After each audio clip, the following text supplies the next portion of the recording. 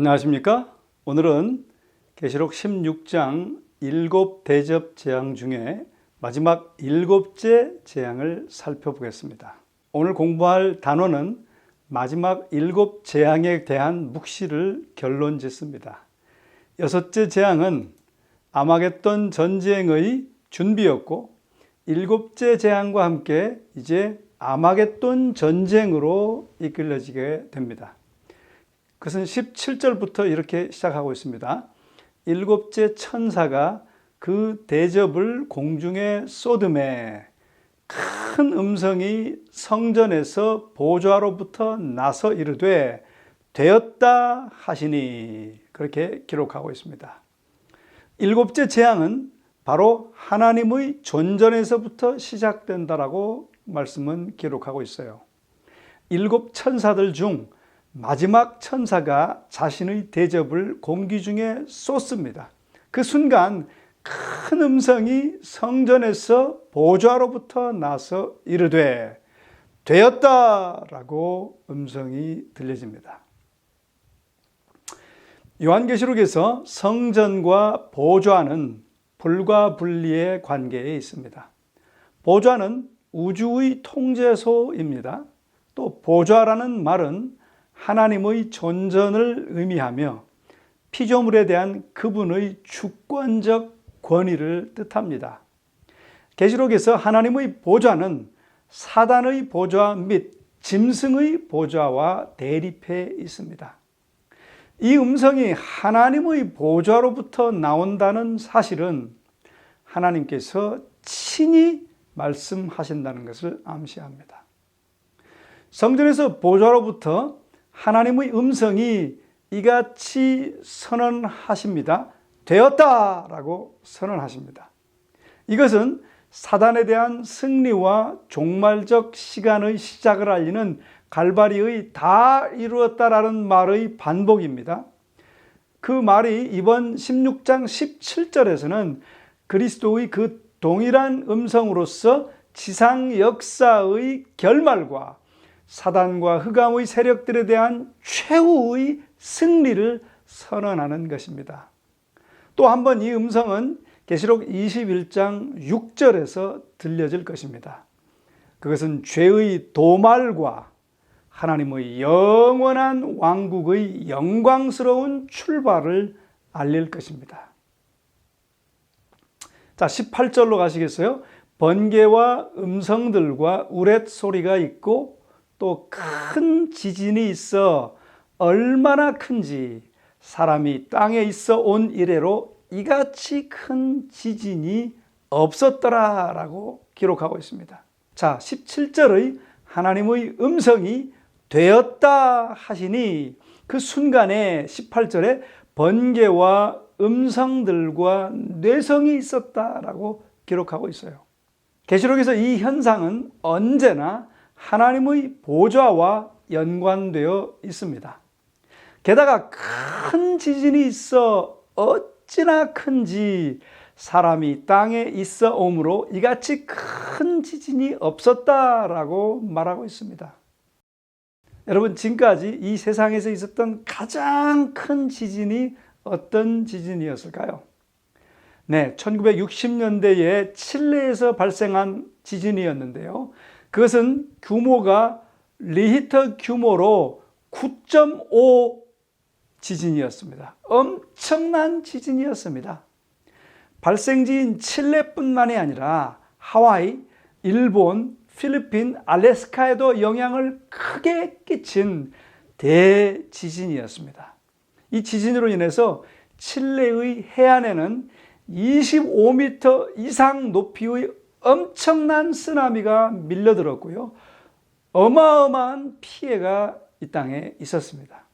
그런데 그 지구상에서 가장 컸던 칠레의 지진도 이 7째 재앙의 큰 지진과는 결코 비교도 안 될 것입니다. 여러분, 구약에서 지진은 땅에 대한 하나님의 최후의 심판이었습니다. 즉 여호와의 날로 지칭된 그날을 묘사하기 위하여 지진이 자주 사용되었었습니다. 자, 19절로 가시겠어요?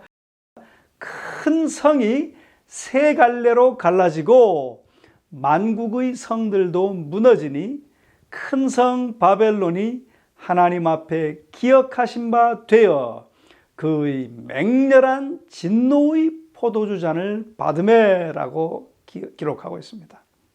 자, 여러분, 격렬한 지진이 큰 성을 깨뜨려 세 갈래로 나눈다는 것입니다. 이 큰 성은 바벨론을 일컫죠.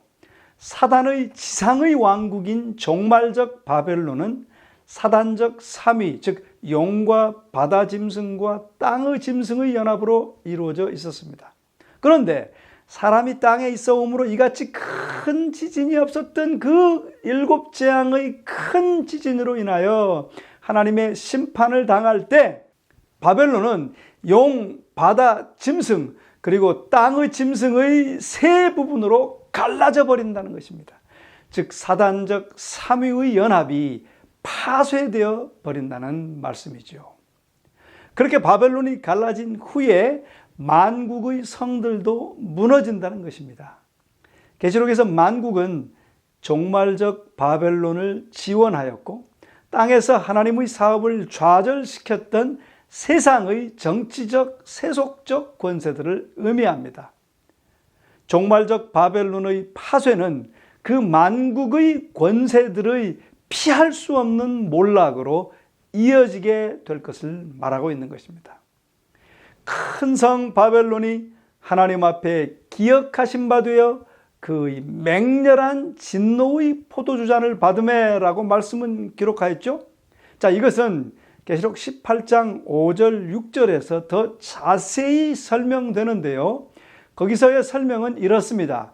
18장 5절 6절에 보면 하나님은 그의 불의한 일을 기억하신지라 그가 준 그대로 그에게 주고 그의 행위대로 갑절을 갚아주고 그의 섞은 잔에도 갑절이나 섞어 그에게 주라라고 말씀은 묘사하고 있습니다. 즉 하나님께서 바벨론의 죄를 기억하셔서 그가 준 그대로 그녀에게 주고 그녀의 행위대로 갑절을 갚아주고 그녀의 섞은 잔에도 갑절이나 섞어 그에게 주라고 말씀하시고 있는 것입니다. 자, 이 진노의 포도주 잔은 또한 짐승과 그의 우상을 경배하고 그 표를 받는 자들은 그의 진노의 잔에 섞인 것이 없이 부은 하나님의 진노의 포도주를 마실 것이다 라고 경고하던 계시록 14장 10절을 생각나게 해줍니다. 여기서 우리는 모든 나라를 그 음행으로 인하여 진노의 포도주를 먹였던 바벨론이 하나님으로부터 그의 진노의 포도주 잔을 받는 장면을 보게 되는 것입니다. 16장 19절은 종말적 바벨론과 또한 그와 한편이 되기로 선택한 모든 자들 위에 쏟아질 심판을 묘사하고 있는 것입니다. 이 7째 재앙의 심판에 대한 묘사가 다음 절에도 계속됩니다. 20절, 각 섬도 없어지고 산악도 간데 없더라. 21절, 또 무게가 1달란트나 되는 큰 우박이 하늘로부터 사람들에게 내림에 사람들이 그 우방의 재앙 때문에 하나님을 비방하니 그 재앙이 심히 큼이러라 라고 기록하고 있습니다. 이 말씀은 격렬한 지진이 또한 이 지구상의 모든 섬들과 산들을 가라앉힌다는 것입니다. 모든 섬들을 가라앉히는데요. 특히 섬나라, 여러분 생각해 보세요. 인도네시아, 일본, 말레이시아, 필리핀, 호주, 하와이 다 가라앉아 버린다는 것입니다. 또 산, 한라산, 백두산, 로키산, 히말라야 산 등 모든 것들이 다 가라앉아 버린다는 것입니다. 여러분 정말 격변의 이 재앙을 생각해 보면 정말 어마무시할 거라고 상상이 되어집니다. 자, 이것은 계시록 6장 14절에 6째 인을 뗄 때 모든 산과 섬이 제자리에서 옮겨진다라고 기록했던 그 말씀을 연상시켜 줍니다. 히브리서 저자는 진동치 아니하는 것, 즉 하나님의 왕국을 영존케 하기 위하여 피조개가 최후로 모두 진동하며 흔들릴 것을 지적하고 있습니다.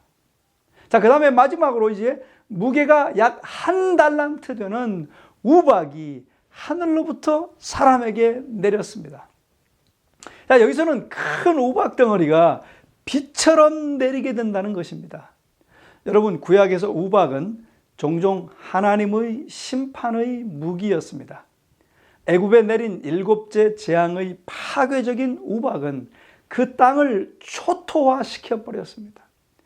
여호수아가 지휘한 전투에서 우박은 아모리의 5 왕을 친 하나님의 무기였는데, 성경은 칼에 죽은 사람보다 우박에 죽은 사람이 더 많았다라고 여호수아 10장에는 기록하고 있습니다. 또한 에스겔은 하나님께서 곡과 마곡에게 쏟아지는 폭우와 큰 우박덩이와 불과 유황을 쏟으실 것에 대하여 예언하였습니다. 또 하나님께서는 욥에게 이렇게 질문하셨죠. 네가 눈 곳간에 들어갔었느냐? 우박 창고를 보았느냐? 내가 환난 때와 전쟁과 격투의 날을 위하여 이것을 저축하였노라 라고 욥기 38장은 기록하고 있습니다. 또 이사야와 에스겔은 하나님께서 불신실한 자들을 심판하실 때 쏟으실 비와 큰 우박에 대하여 이사야 28장과 에스겔 13장에는 말하고 있습니다. 자, 하나님께서 이스라엘의 원수들을 멸하시기 위해 우박을 이렇게 보내셨듯이 계시록 16장에서도 우리는 이제 마지막 때 하나님의 백성의 원수들에게 내리는 섞인 것이 없는 최후의 우박 심판을 목격하게 되는 것입니다. 내리는 그 우박 하나하나는 그 중수가 약 얼마나 무겁다고요? 예, 약 1달란트나 된다라고 성경은 기록하고 있어요. 1달란트는요, 약 35kg입니다. 정확하게 말하면 34.2kg이에요. 그렇게 큰 우박이 7째 재앙의 우박으로서 엄청나게 비처럼 이 땅 위에 쏟아져 내림으로 인하여 그 우박은 엄청나게 큰 파괴력을 이 땅 위에 나타내게 될 것입니다. 그러나 이렇게 지극히 큰 우박들의 재앙도 악인들의 태도에 아무런 변화를 가져오지 못합니다. 우박을 맞는 자들은 우박 재앙을 인하여 하나님을 비방하게 되는데, 이는 그 재앙이 심히 크기 때문입니다. 여기 심히 크미러라 라고 기록된 말씀은요, 7째 재앙의 그 우박의 특별히 가혹함을 나타내기 위하여 요한계시록의 다른 곳에서는 사용하지 않는 헬라어 스포드라라는 단어, 즉 심히 또는 매우라는 뜻의 단어를 사용하고 있습니다. 아주 크게 지극히 매우의 뜻을 암시하고 있습니다. 그만큼 지극히 두려운, 정말 무서운 재앙인 것을 암시하는 것이죠. 그럼에도 불구하고 재앙을 인하여 오히려 하나님을 비방하였다는 것은 계시록 16장에서 반복되는 주제입니다. 마지막 재앙을 당하는 자들은 하나님을 저주하고 그들의 악한 행위에 대하여 회개하기를 거부함으로 응수합니다. 이는 유예 기간이 끝났고 더 이상 중보가 없다는 사실에 비추어 보면 이해할 만합니다. 왜냐하면 악한 자는 이제 악하고 의로운 자는 의롭다라고 하는 그 선언이 선포되었기 때문에 이제는 회개할 수 없어요. 오직 멸망으로 가는 길밖에 없는 것입니다. 종말이 이르렀습니다. 분명한 구분선이 하나님을 따른 자들과 그분을 반대한 자들 사이에 그어집니다. 더 이상 회개의 기회는 없는 거예요. 회개하지 않는 죄인들은 돌이킬 수조차 없는 상황이 벌어지는 것입니다. 그래서 심히 큰 재앙조차도 하나님에 대한 그들의 태도를 바꿀 수 없으며 그분에게로 돌아오게 할 수 없게 되는 것입니다. 여기서 여러분 특별히 지진과 우박 재앙은요, 지진은 땅의 붕괴를 의미합니다. 우박은 하늘로부터 내려지는 파괴적인 재앙을 상징해요. 그로 인하여 인간들의 땅 위의 모든 문명과 건축물과 죄악의 산물들이 지진과 우박으로 전면적으로 전멸될 것을 말하고 있는 것입니다. 자, 이제 그 아마겟돈 전쟁에 대하여 잠깐만 이 도표를 통해서 다시 한번 비교해 보겠습니다. 자, 이 아마겟돈 전쟁 선악의 마지막 싸움의 성격과 양상을 비교해 보면 왼쪽에는 선한 진영이고 오른쪽에는 악의 진영입니다. 그 선의 진영에는 예수님과 하나님의 백성들이 있고요. 악의 진영에는 사단과 세상의 권세들, 나라들이 있습니다. 그 진영의 주체는 선의 진영에서는 아버지와 아들과 성령입니다. 그러나 악의 진영에서는 용과 짐승과 거짓 선지자, 악의 삼중 세력이에요. 전략은 선한 진영에서는 새 천사의 기별을 보내고 당신의 백성을 하늘 성소로 부르시는 것입니다. 그러나 악의 진영의 전략은 새 더러운 영을 보내고 아마겟돈 전쟁을 위하여 준비하는 모습입니다.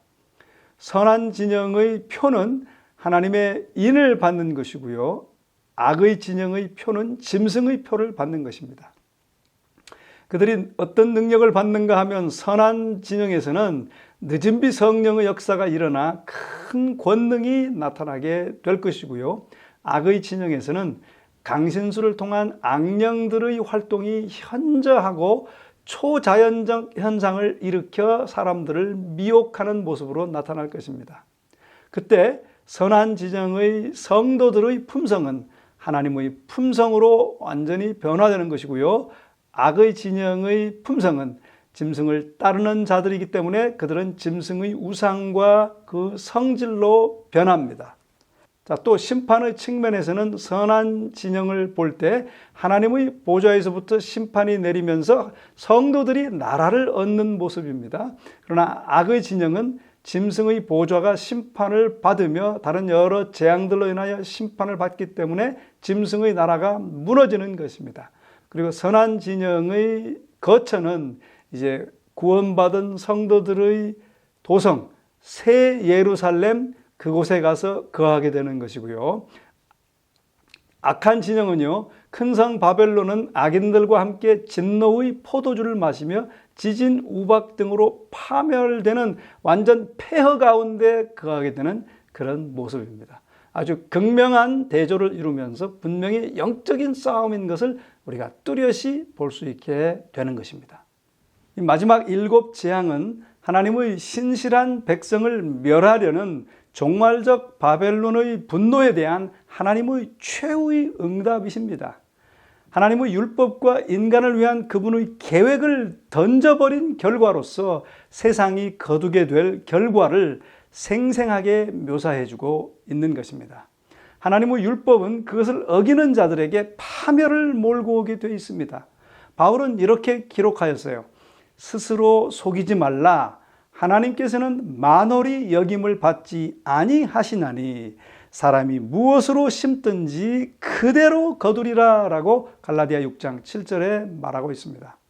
땅을 파멸시키고 있던 자들은 그들 자신의 파멸을 경험하게 될 것입니다. 그러나 비록 요한계시록이 일련의 두려운 사건들로 종말을 묘사하고 있을지라도 폴린 박사는 이렇게 말합니다. 이 사건들은 인간을 세심하게 돌보시는 한 분, 즉 인간을 너무 사랑하셔서 그들을 위하여 기꺼이 죽고자 하셨던 분의 통제하에 있다라고 언급하고 있습니다. 자, 7 재앙들의 절정은 아마겟돈 전쟁입니다. 라론데일 박사님이 지적하듯이 아마겟돈은 바벨론의 압제자들로부터 구원해달라는 이스라엘의 울부짖음에 대한 하늘의 응답입니다. 아마겟돈 전쟁은 하나님을 대적하는 이 세상의 세력들이 마침내 하나님의 고난받는 성도들의 기도에 대한 응답으로 그들의 종국을 맞게 될 것임을 보증해 주고 있습니다.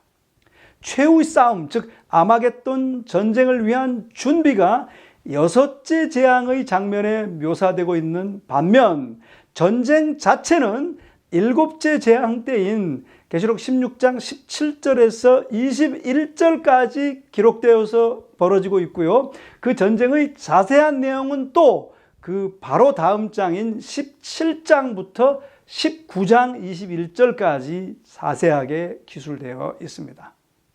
아마겟돈 전쟁의 참 성격을 이해함에 있어 중요한 것은요, 계시록 16장 15절입니다. 아마겟돈 전쟁을 위한 대단한 준비를 그림같이 묘사하는 여섯째 재앙의 중간에, 그리고 일곱째 재앙인 최후의 전쟁의 묘사가 시작되기 직전에 요한은 사전 경고로 15절, 즉 당신의 교회에 보내시는 예수님의 호소를 삽입합니다. 그 말씀은 이렇게 기록되어 있어요. 보라, 내가 도적같이 오리니 누구든지 깨어 자기 옷을 지켜 벌거벗고 다니지 아니하며 자기의 부끄러움을 보이지 아니하는 자가 복이 있도다 라고 기록하고 있습니다. 이 예수님의 경고가 삽입된 목적은 최후의 기만에 직면할 하나님의 백성에게 확고한 보증을 주기 위함이었습니다. 그 확고한 보증 4가지를 이제 좀 살펴보겠습니다. 마지막 때 그리스도를 따르는 자들은 아마겟돈 전쟁의 한복판에 있게 될 것입니다.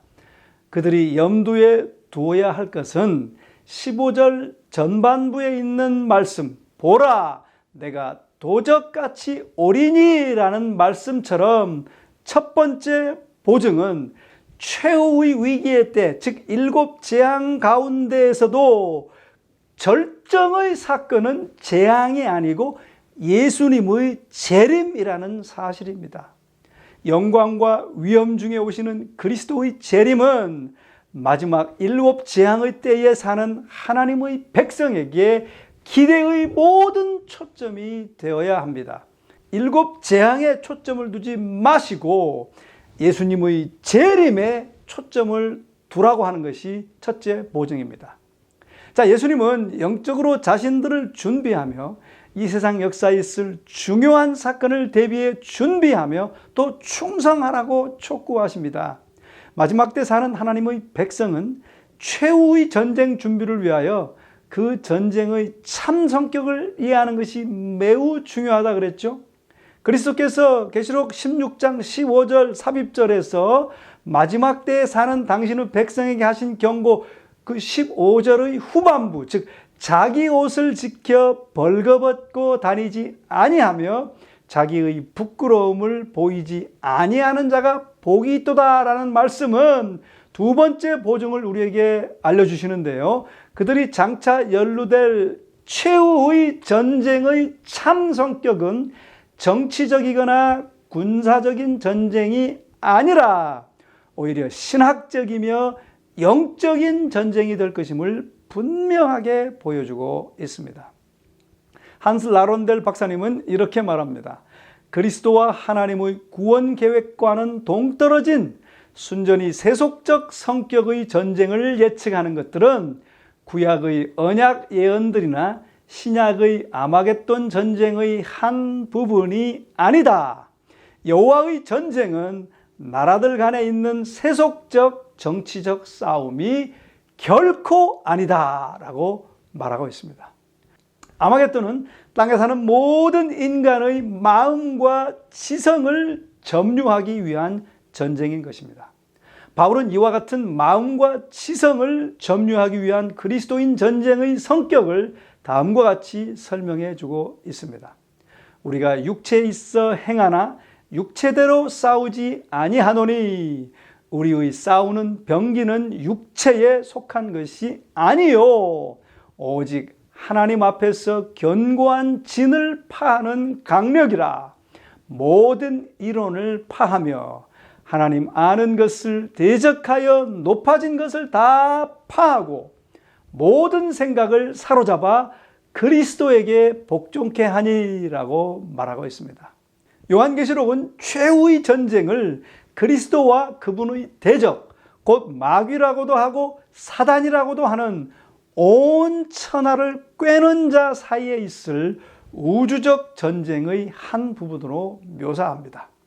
아마겟돈 전쟁의 선동자는 하늘에서 전쟁을 일으킨 바로 사단 자신입니다.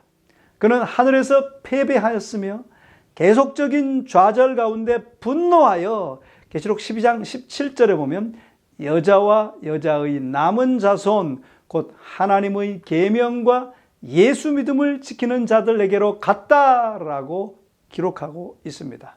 아마겟돈 전쟁에서 하나님의 백성을 멸하고 땅 위에 하나님의 왕국을 서지 못하게 하려는 사단의 마지막 시도와 그의 확고한 결심이 나타나게 됩니다.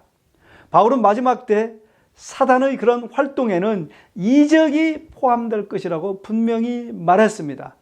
악한 자의 임함은 사단의 역사를 따라 모든 능력과 표적과 거짓 기적과 불의의 모든 속임으로 멸망하는 자들에게 임하리니라고 기록하고 있습니다. 영감의 글은 또한 이렇게 그것에 대하여 이렇게 주석하며 경고해 줍니다. 개국 이래로 그때까지 없던 환난의 때가 곧 우리에게 닥쳐올 것이다. 그러므로 우리는 현재 경험하고 있지 못한 경험, 즉 사람들이 얻기를 너무도 게을리하는 한 가지 경험을 얻어야 할 필요가 있다. 예상했던 것보다 실제로 당하는 환난이 가벼운 것이 상례이지만 우리 앞에 있는 위기는 그렇지 않다. 가장 자세하게 묘사하여도 그 시련의 크기를 여실히 표현할 수 없다. 그 환난의 때에 각 사람은 자신의 힘으로 하나님 앞에 서야 한다라고 기록하고 있습니다. 이러할 때에 그리스도를 따르는 자들에게 영적 식별력이 필요한데 이는 그들이 최후의 위기를 직면할 때 당할 기만을 대비하기 위함입니다. 세 번째 보증은 아마겟돈 전쟁은 땅의 모든 백성이 하나님 아니면 사단에게 충성을 해야 하는 전쟁인 것입니다. 갈멜산에서 그러했듯이 궁극적인 쟁점은 누가 하나님이냐 하는 것입니다. 하나님께서는 갈멜산에서 행하신 일을 최후의 전쟁에서 한 번 더 행하실 것입니다. 그분은 당신의 백성을 압제하는 자들을 누르고 개선 승리할 것입니다. 그러나 라론델 박사님이 말하듯이 네 번째 보증은 그리스도의 재림의 궁극적 목적은 단순히 바벨론의 멸망이 아니라 최종적으로 하나님께서 땅 위에 영원한 평화와 공의로 통치하시는 나라를 세우는 것입니다. 그 나라로 여러분들을 초청하는 것입니다. 제1차 세계대전 후에 윈스턴 처칠 경이 말한 엄한 경고가 최초의 원자탄이 투하된 이후 섬뜩하리만큼 새로운 의미를 띠게 되었습니다. 그는 다음과 같이 말했었어요. 죽음이 모든 사람들을 쓸어내려고 차려 자세로 명령을 기다리고 있다. 어느 순간이고 명령만 떨어지면 문명을 분쇄할 결의로 차 있다. 그렇게 파괴된 문명은 재복구의 희망을 갖지 못할 것이다. 죽음은 오직 명령이 떨어지기만을 기다릴 뿐이다. 죽음은 엄연히 그의 주가 되신 이로부터 이 집행명령을 기다리고 있다라고 말했어요. 여러분, 이 말은 바로 무시무시한 모든 악한 자들이 완전히 멸망해버리는 그 멸망을 기다리고 있는 죽음에 관하여 말하는 것이 아니겠습니까? 제2차 세계대전이 종식된 이후부터 오늘날까지 약 40여 년간의 지상에는 최소한 125건의 크고 작은 전쟁들이 치루어졌습니다. 그 속에는 미국이 치른 가장 긴 전쟁인 월남전도 포함되어 있고요. 한국전쟁도 포함되어 있습니다. 그러나 아직은 죽음이 차려 자세로 대기 상태에 있을 뿐이며 아마겟돈 사령관은 아직 마음을 정하지 않았습니다. 여러분, 영원한 나라에 가기 위해 하나님을 선택할 시간은 아직 조금 남아 있습니다. 여러분, 이 마지막 때의 정말 두려운 사건들을 우리는 손바닥을 들여다보듯이 다 알게 되었습니다. 여러분, 이제 우리의 선택은 하나님을 선택해야 되는 것입니다. 사단이냐 또 하나님이냐의 사이에서 우리는 반드시 하나님을 선택함으로 이 재앙을 모두 이겨내고 극복하여 승리한 후에 다시 오시는 예수님을 모두가 영접하게 되시기를 주님의 이름으로 간절히 소원합니다. 기도하시겠습니다. 사랑의 아버지 하나님, 우리에게 이 놀라운 마지막 때의 재앙들에 관하여 분명하게 깨닫게 하시니 감사합니다. 믿음으로 살아 이 재앙을 이기고 주님을 영접할 수 있도록, 다시 오시는 그분을 기쁨으로 맞이할 수 있도록 도와주시옵시고, 아직 모르는 많은 이들에게 이 기별들을 전달할 수 있도록 힘과 능력을 허락하여 주시옵소서. 예수님의 이름으로 간절히 기도하옵나이다. 아멘.